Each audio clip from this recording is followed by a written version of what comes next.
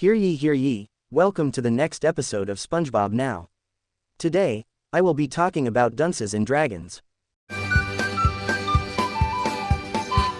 Let's get started, shall we? In the beginning of the episode, SpongeBob and Patrick are running up to the Medieval Moments Stadium restaurant to watch the jousting tournament. Upon their arrival, Maury announces the tournament of the horse fight and asks for 2 volunteers to take part in the jousting, choosing SpongeBob and Patrick.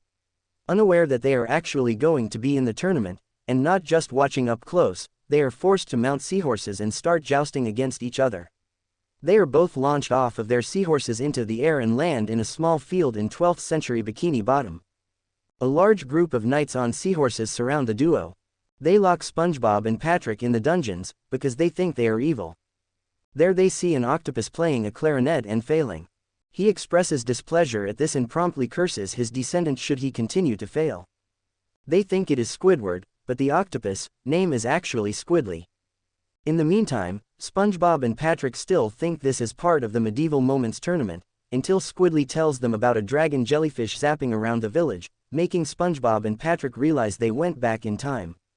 Later, SpongeBob, Patrick, and Squidly are sent to King Krabs, who orders them to be executed because of an insulting song they sing in front of him. However, Princess Pearl reminds her dad of a prophecy in a stained glass window, which says that 2 brave knights will fall from the sky and will be sent by the king and defeat the dragon controlled by the evil wizard Planktonomore that is destroying the kingdom. Just then, the dragon jellyfish smashes through the wall with the prophecy on it. Under Planktonomore's orders, it kidnaps Pearl in order to kill her and effortlessly flicks King Krabs into the guillotine, smashing it just before SpongeBob can be executed.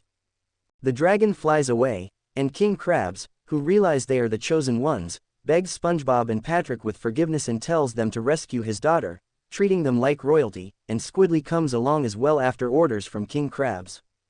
On the way, they stop off at the blacksmith's shop to get some armor and weapons, only to find that all of the weapons are too heavy except for the jellyfish net.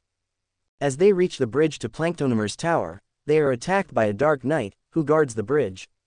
The Dark Knight is revealed to be none other than a medieval Sandy. A duel ensues, and although SpongeBob becomes stripped of his armor after the Dark Knight destroys it, he still ends up winning due to his karate prowess.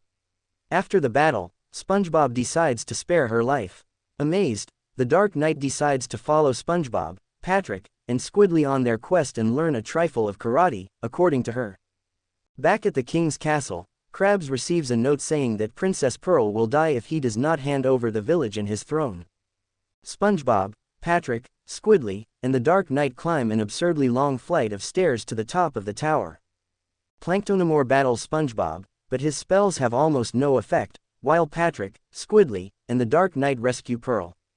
However, the dragon soon arrives and incapacitates everyone with its zaps except SpongeBob, who subdues the dragon with his jellyfish net, only for the dragon to zap itself free. Just as the dragon is about to finish off SpongeBob, he pulls out a Krabby Patty he had been saving for lunch. The dragon eats it, which Patrick thinks it's scary, but SpongeBob tells him that it's a good thing, and likes it so much that it becomes obedient to SpongeBob, zapping Planktonomore. The heroes return to the village to have their victory celebrated, and King Krabs is seen cooking Krabby Patties for the dragon. However, as soon as Squidly starts playing his clarinet, everybody hates it and they heckle him, and someone throws a rock at him. He bumps into the seahorses behind him, scaring them and launch SpongeBob and Patrick into the air.